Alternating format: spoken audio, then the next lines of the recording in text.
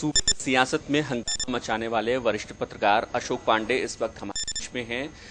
तारुफ इसलिए करा रहा हूं क्योंकि अशोक पांडे पत्रकार हैं और इस वक्त बेहद चर्चाओं में हैं, क्योंकि मुख्यमंत्री के निजी सचिव का स्टिंग इन्होंने ही दिल्ली में जारी किया था। इसके बाद से तमाम सवालात अशोक पांडे के ऊपर भी उठ रहे हैं। हालांकि निजी सचिव साहब अभी तक सबके सामने नहीं आए हैं, लेकिन टाइम टीवी पर पहली बार अशोक पांडे सामने आए हैं सबके। अशोक पांडे से वो तमाम सवालात के जवाब ढूंढने की कोशिश करेंगे, जानना चाहेंगे, जिसके जवाब आप सभी जानना चाहते हैं। अशोक पांडे जी, स्वागत है आपका टाइम टीवी पर। अशोक पांडे जी, बड़ा सवाल उठ रहा है आपके ऊपर, आपकी क्रेडिबिलिटी पर भी सवाल उठ रहा है। सबसे पहले आपसे यही जानना चाहेंगे, क्या सीडी की प्रामाणिकता को आप जाहिर करते हैं, मानते हैं कि सीडी प्रामाणिक है, उसमें कोई छेड़छाड़ नहीं है, आप ये मानते हैं? देखिए आशीष जी, जब मैंने 22 तारीख को दिल्ली के कॉन्स्टिट्यूशन क्लब में प्रेस कॉन्फ्रेंस की थी तो तमाम पत्रकारों ने सवाल उठाया। तो मेरी सबसे पहले मांग उसमें यही थी कि सीडी की फोरेंसिक जांच करा ली जाए और पूरे प्रकरण की सीबीआई जांच करा ली जाए। दूध का दूध, दूध पानी का पानी हो जाएगा।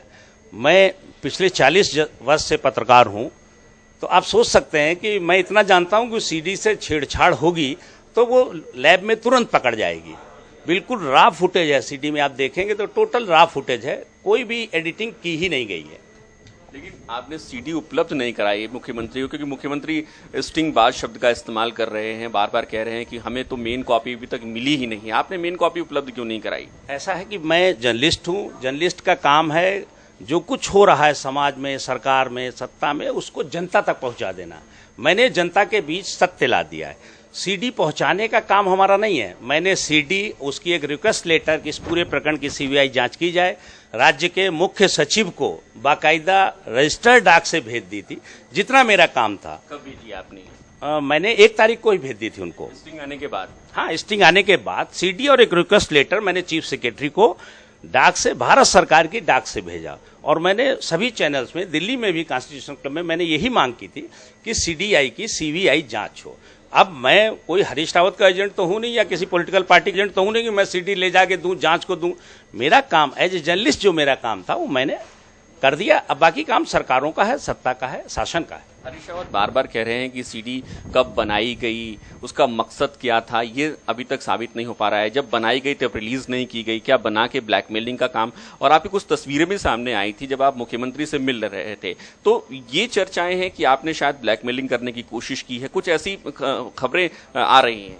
देखिए आशीष जी, वो राज्य के मुख्यमंत्री हैं, मुख्यमंत्री से कोई भी जर्नलिस्ट, कोई आम आदमी कभी मिल सकता। मैं भी मिला, लेकिन मुख्यमंत्री या उनके सहयोगी कोई बता देंगे। मैंने कोई ब्लैकमेलिंग की बात की है, मैंने कोई सीडी की चर्चा की, कोई मतलब ही नहीं। हमारा उद्देश्य था जो राज्य में हो रहा है, इस देवभूमि में जिस सपने को लेकर इस राज्य आंदोलन हुआ, सैकड़ों लोग शहीद हुए, उस सपने को ये ब्यूरोक्रेट्स लूट रहे हैं, उस सपने को लूट रहे हैं। इस कारण मैंने तो एज ए जर्नलिस्ट जो हो सकता था वो काम किया। मैं कोई पॉलिटिकल वर्कर तो हूं नहीं, मैं हंगामा करूं, धरना दूं और ये करूं। मैंने सीडी जारी की और दिल्ली में ही सारे जर्नलिस्टों के सामने इस बात को कह दिया कि सीडी की फोरेंसिक जांच हो और मैं पूरे प्रकरण की सीबीआई जांच की मांग करता हूं।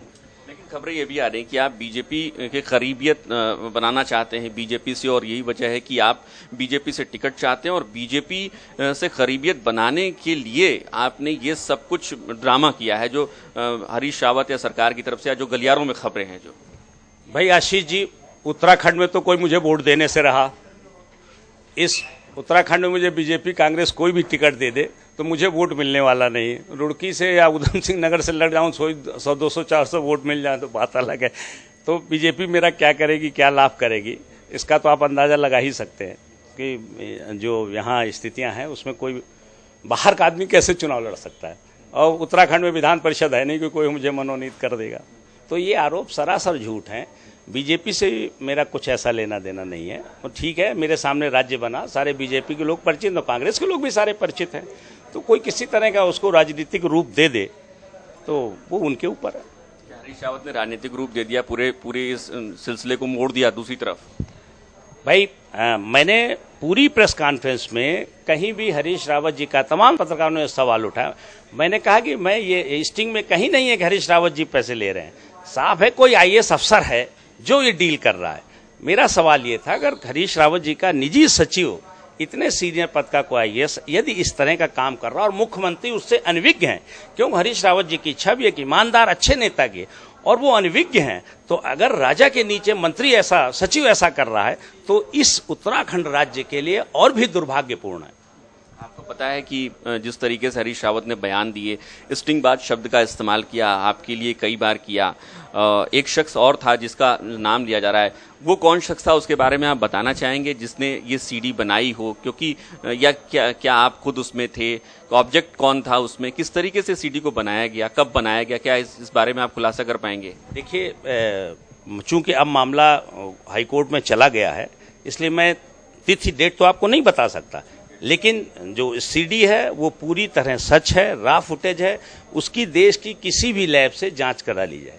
मैं हाईकोर्ट में भी इसलिए गया हूं, मैंने स्वयं हाईकोर्ट जाकर पूरे इस सीडी स्टिंग ऑपरेशन की सीबीआई जांच की मांग की है।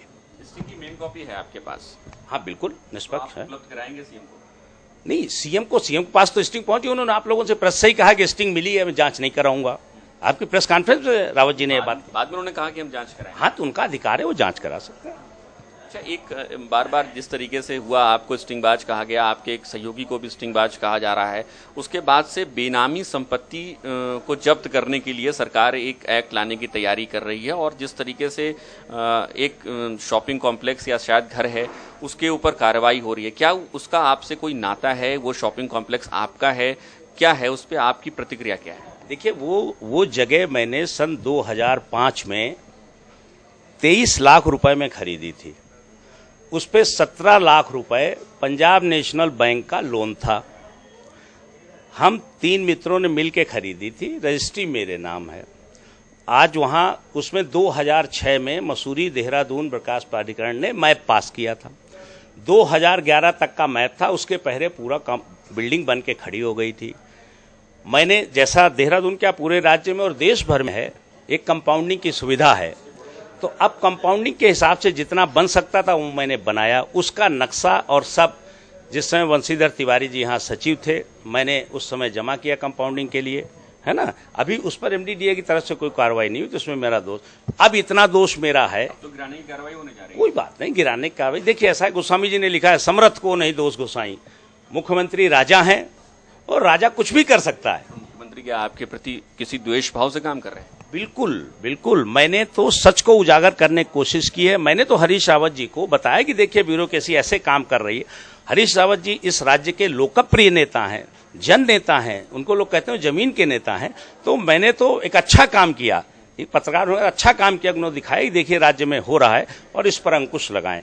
यदि वो उद्देश्यपूर्ण कुछ करेंगे तो ठीक है। अभी अदालतें हैं इस देश में, हाई कोर्ट है, सुप्रीम कोर्ट है, उसके ऊपर एक ईश्वर की सर्वोच्च अदालत है। वहां हरीश रावत को भी जाना, मुझे भी जाना है, तो यहाँ हिसाब नहीं होगा तो वहां होगा। अब आप क्या करेंगे? क्योंकि जिस तरीके से कार्रवाई गिराने की हो रही है, क्या आप मानते हैं कि आपके ऊपर एक और, मैं उस सवाल पे भी आपसे जवाब चाहूंगा कि बार बार वो कह रहे हैं कि फर्श से अर्श पर पहुंच गए और 2002 में देखिए उनकी संपत्ति क्या थी, वो इशारों में कहते रहे। खुद मैंने उनसे सवाल किया और इशारों में वो कहते रहे। क्या आपके पास कई ऐसी बेनामी संपत्तियां हैं? क्योंकि जवाब जनता चाहती है कि आपने इस तरीके से संपत्तियां इकट्ठा की हैं। आशीष जी, मैं इस राज्य में 1990 में आया था, तब से मैं इस राज्य की सेवा कर रहा हूं पत्रकारिता के माध्यम से। माननीय मुख्यमंत्री जी ने प्रेस से बात कही थी कि मैं स्टिंग करने वाले से अपनी संपत्ति बदलना चाहता हूं। मेरे लिए बड़े सौभाग्य का दिन होगा जिस दिन माननीय मुख्यमंत्री जी अपनी संपत्तियों से मेरी संपत्ति बदलेंगे। वो राजा हैं, उन्होंने जो बात कही उन्होंने उसको कायम रहना चाहिए। मैं टाइम टीवी के माध्यम से मुख्यमंत्री से अपील करना चाहता हूं, निवेदन करना चाहता हूं कि जितनी शीघ्र हो सके वो मेरी संपत्तियों से अपनी संपत्ति बदल लें। तो मेरा तो जीवन ही सुधर जाएगा। अगर मुख्यमंत्री जी अपनी संपत्तियां मेरे नाम कर दें, मेरी अपने नाम करा लें, तो मेरा तो जीवन ही सुधर जाएगा। देहरादून में मेरे पास मेरी पत्नी के नाम एक 2004 में मैंने एक घर खरीदा था जो इतना जर्जर हो गया कि इस बरसात में उसे गिरवाना पड़ा। वो न्यू जाखन में वो घर है ना। वो 2004 में खरीदा था 18 लाख रुपए में। एक संपत्ति मैंने आपको बताई है जो 2006 में खरीदी 23 लाख रुपए में। दोनों जो मैंने पत्नी के नाम घर खरीदा था वो आज तक उसकी रजिस्ट्री बैंक में रेहन रखी है। और इस वाले जो ये मैंने खरीदा था 23 लाख रुपए का, इसमें 17 लाख रुपए बैंक का लोन था। अभी भी मैं लोन नहीं चुका पाया हूं। 14 लाख रुपए पंजाब नेशनल बैंक का लोन अपनी जगह यथावत है। और संपत्ति के नाम पर भाई मैं आप देख रहे हैं, मेरे कुल संपत्ति के नाम में एक अंगूठी सोने की है पहने, एक लोहे का छल्ला, एक चांदी की अंगूठी है। और वाहन के नाम पर मेरे पास एक स्कूटी है जो 12 साल पुरानी है।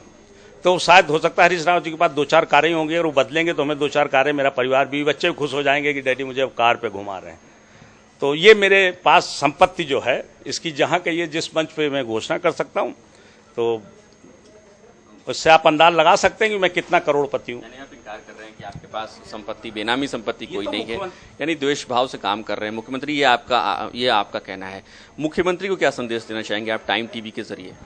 मैं टाइम टीवी के जरिए माननीय मुख्यमंत्री से निवेदन करना चाहूंगा। मैं संदेश नहीं दे सकता, मेरी वो हैसियत नहीं मैं उनको संदेश दूं। वो इस प्रदेश के राजा हैं, मुख्यमंत्री हैं, वो समर्थवान है, शक्तिवान है, और मैं निरीह पत्रकार हूं। एक मेरे पास ऐसी शक्ति नहीं कि मैं माननीय मुख्यमंत्री जी को कुछ सलाह दूं, लेकिन मैं अनुरोध जरूर करूंगा कि वो इस सारे प्रकरण की सीबीआई जांच की सिफारिश करें, सीडी की फोरेंसिक जांच कराएं, और जो भी दोषी हो, और यदि ब्यूरोक्रेसी इस देवभूमि को, उत्तराखंड की माताओं बहनों ने कितना खून बहाया, अगर उत्तराखंड की, देश की, जब राज्य की जनता की कमाई को कोई आईएएस इस तरह लूट कर खा रहा है, तो उसके खिलाफ सख्त से सख्त कार्रवाई करें।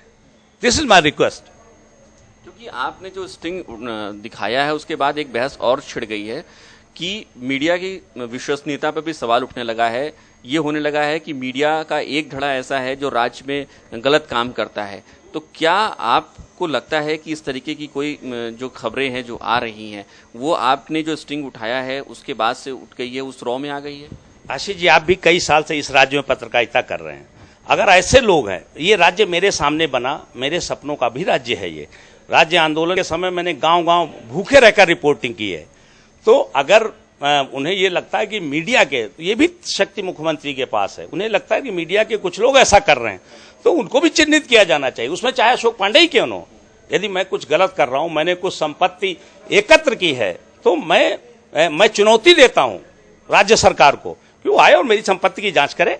एक आखिरी सवाल आपसे, स्टिंग ही क्यों? आप इतने बड़े पत्रकार हैं, कोई और तरीका भी अपना सकते थे ब्यूरोक्रेसी को आईना दिखाने के लिए, स्टिंग ही क्यों? देखिए, उत्तराखंड के ब्यूरोक्रेट्स आप देख रहे हैं, इस राज्य का दुर्भाग्य रहा जिस दिन राज्य का गठन हुआ, दोनों बड़े पद पर जो अधिकारी आए, उनकी सीआर में लिखा था कि इनको कभी प्राइम पोस्टिंग न दी जाए, और वो इस राज्य के सर्वोच्च अधिकारी बने। दोनों, पुलिस में भी और प्रशासन में भी सर्वोच्च अधिकारी बने। उत्तराखंड में कोई भी आईएएस ऐसा नहीं आया जिसको इस राज्य से कोई पीड़ा हो। अगर उत्तराखंड, इस देवभूमि का कोई व्यक्ति जो इस राज्य में आईएएस बनता, उसके मन में ये पीड़ा जरूर होती कि यार ये बड़े मेरे सपनों का राज्य है, बड़ा खून बहा के राज्य मिला, तो निश्चय दूसरी तस्वीर होती। तो यहाँ ब्यूरोक्रेसी ने जिस तरह लूट मार की है, उससे उत्तराखंड राज्य की जनता बहुत पीड़ित है। बहुत बहुत शुक्रिया हमसे बात करने के लिए, टाइम टीवी से बातचीत करने के लिए। तो ये थे अशोक पांडे। अशोक पांडे ने कई बड़े अहम सवाल छोड़े हैं इस सियासी गलियारे के लिए, उत्तराखंड की जो परिकल्पना थी उसके लिए भी छोड़े हैं। मुख्यमंत्री हरीश रावत की जिम्मेदारी शायद यहां से बढ़ जाती है, क्योंकि अशोक पांडे के जो बयान हैं, जो आरोप हैं, वो हरीश रावत की जिम्मेदारी को बढ़ा रहे हैं। अब हरीश रावत की जिम्मेदारी है, सियासत की जिम्मेदारी है, यहाँ की ब्यूरोक्रेसी की जिम्मेदारी है कि वो अपनी प्रामाणिकता तो साबित करे ही करे, साथ ही साथ इस राज्य की परिकल्पना जिस उद्देश्य के लिए की गई थी उसको भी प्रमाणित करे। कैमरा सहयोगी जसवीर सिंह के साथ मैं आशीष तिवारी, टाइम टीवी, देहरादून।